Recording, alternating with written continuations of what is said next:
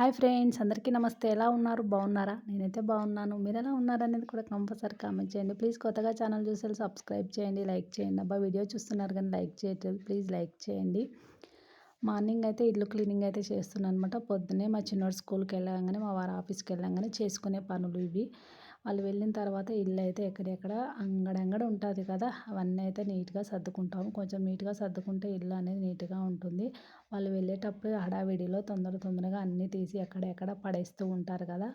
నేనైతే ఫస్ట్ అవైతే సదిరాను. సదిరిన తర్వాత ఇక బెడ్షీట్స్కి ఇట్లా తీసేస్తున్నాను అనమాట. అవన్నీ తీసేసి ఇక అన్ని సోఫాలు అవన్నీ నీట్గా సర్దుకున్న తర్వాత ఇల్లు ఊడ్చుకొని, ఇల్లు తుడుచుకోవడం, ఇంట్లో పని అయితే ఉంటుంది కదా. నాకైతే గురువారం రోజు, శుక్రవారం రోజు అయితే చాలా టైం అవుతుంది. ఎందుకంటే అప్పుడు ఎక్కువ క్లీనింగ్ అనేది చేస్తానన్నమాట.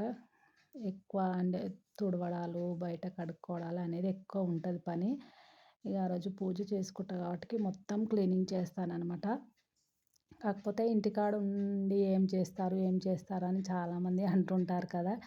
ఇంటికాడ తక్కువ పని అయితే ఏముండదు కదా ఫ్రెండ్స్. కాకపోతే ఇంకా డ్యూటీ చేసే వాళ్ళకు ఇట్లా కష్టమే. ఇంట్లో చేసి డ్యూటీ చేసుకోవడం కష్టమే. కాకపోతే వాళ్ళకు రెస్పెక్ట్ అనేది ఉంటుంది కదా. జాబ్ చేస్తుర్రు, మా సంపాదనతోటి మేము బ్రతుకుతున్నామనే హోప్‌లో ఉంటారు కదా.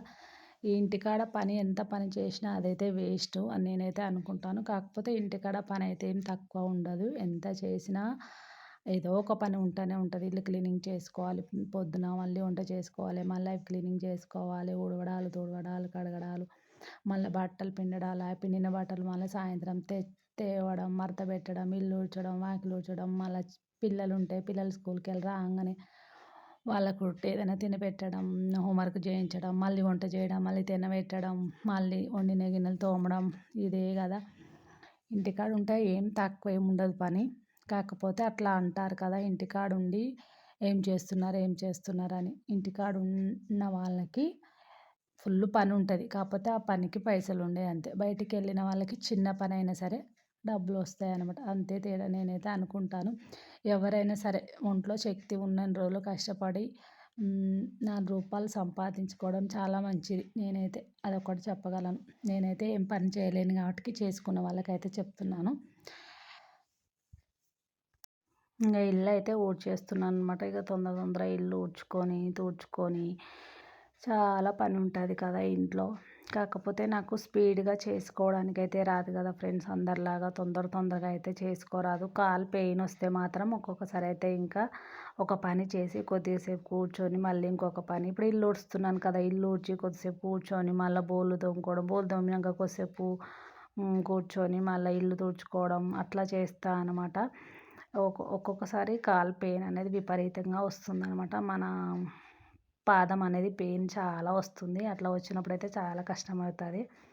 ఇక తప్పదు కదా, ఏ కష్టమైనా సరే మన పని మనం చేసుకోవడం తప్పదు. నేనైతే ఎక్కువ ఎవరి మీద ఆధారపడకూడదు అని అనుకుంటాను. కాకపోతే అలా అనుకునే వాళ్ళకి ఆ దేవుడు కంపల్సరీ వేరే వాళ్ళ హెల్ప్ తీసుకునేలా చేస్తాడు. నేనైతే చాలా వరకు అనుకుంటాను, ఎవరిని ఏది అడగకూడదు, ఎవరిని హెల్ప్ అడగకూడదు అని అనుకుంటాను. కాకపోతే నా పరిస్థితి ఎలా ఉంటుందంటే, నేను ఏదైతే ఎవరిని అడగకూడదు, ఎవరిని చేయి చాచకూడదు అనుకుంటానో వాళ్ళ దగ్గరనే అడగాల్సి వస్తుందన్నమాట.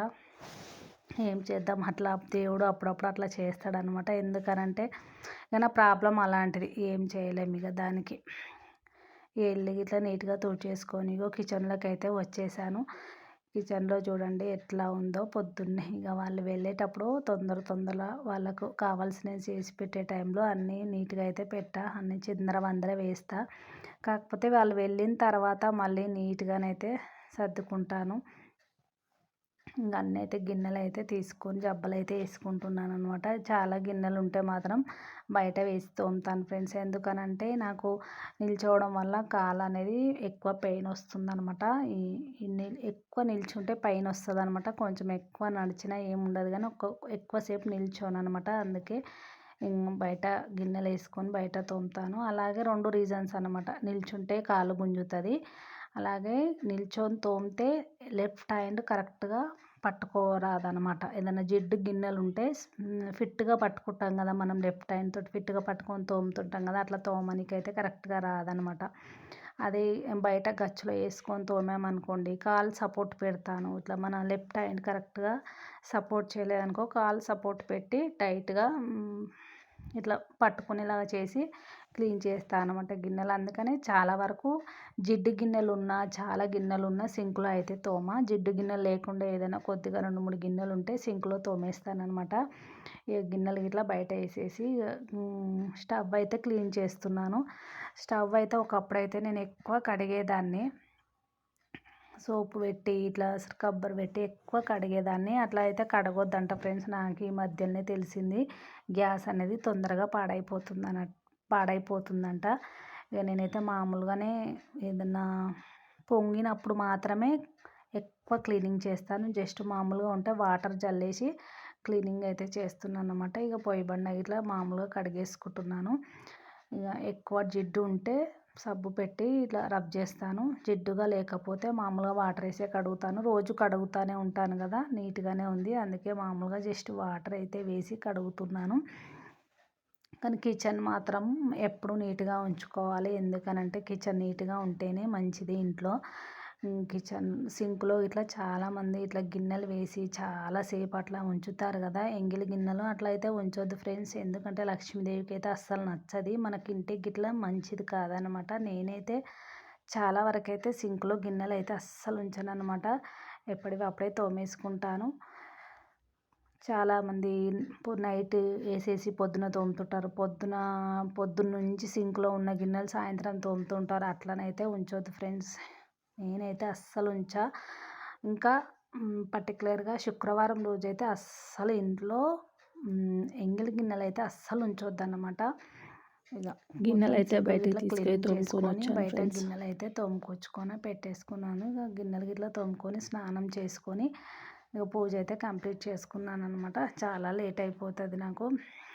చాయ్ అయితే పెట్టుకుంటున్నాను. ఇక తప్పదు కదా, హెడేక్ వస్తుందని భయంతో కంపల్సరీ చాయ్ అయితే తాగుతున్నాను. ఇగో దోశలు అయితే వాళ్ళకి వేసినప్పుడే వేసి పెట్టాను. ఒక 2 దోశలు. టమాటా చట్నీ వచ్చేసి పాప హాస్టల్కు చేసి పంపమనింది. ఆ టమాటా చట్నీ ఊరికే పదే పదే పల్లీల చట్నీ నాకు ఇష్టం ఉండదు. టమాటా చట్నీ అయితే వేసుకొని టిఫిన్ అయితే చేస్తున్నాను. ఇక టిఫిన్ చేసేసి టీ అయితే తాగుతాను. ఇక టిఫిన్ చేయగానే టీ తాగుడు అయితే చాలా అలవాటు అయిపోయింది. మీకు ఎంతమందికి ఇట్లా అలవాటు ఉందా అనేది కూడా కామెంట్ చేయండి. ఓకేనా. ఈ వీడియో ఇంతసేపు ఓపికతోటి చూసినందుకు థ్యాంక్ యూ సో మచ్ అండి. Thank you. బాయ్ మరి.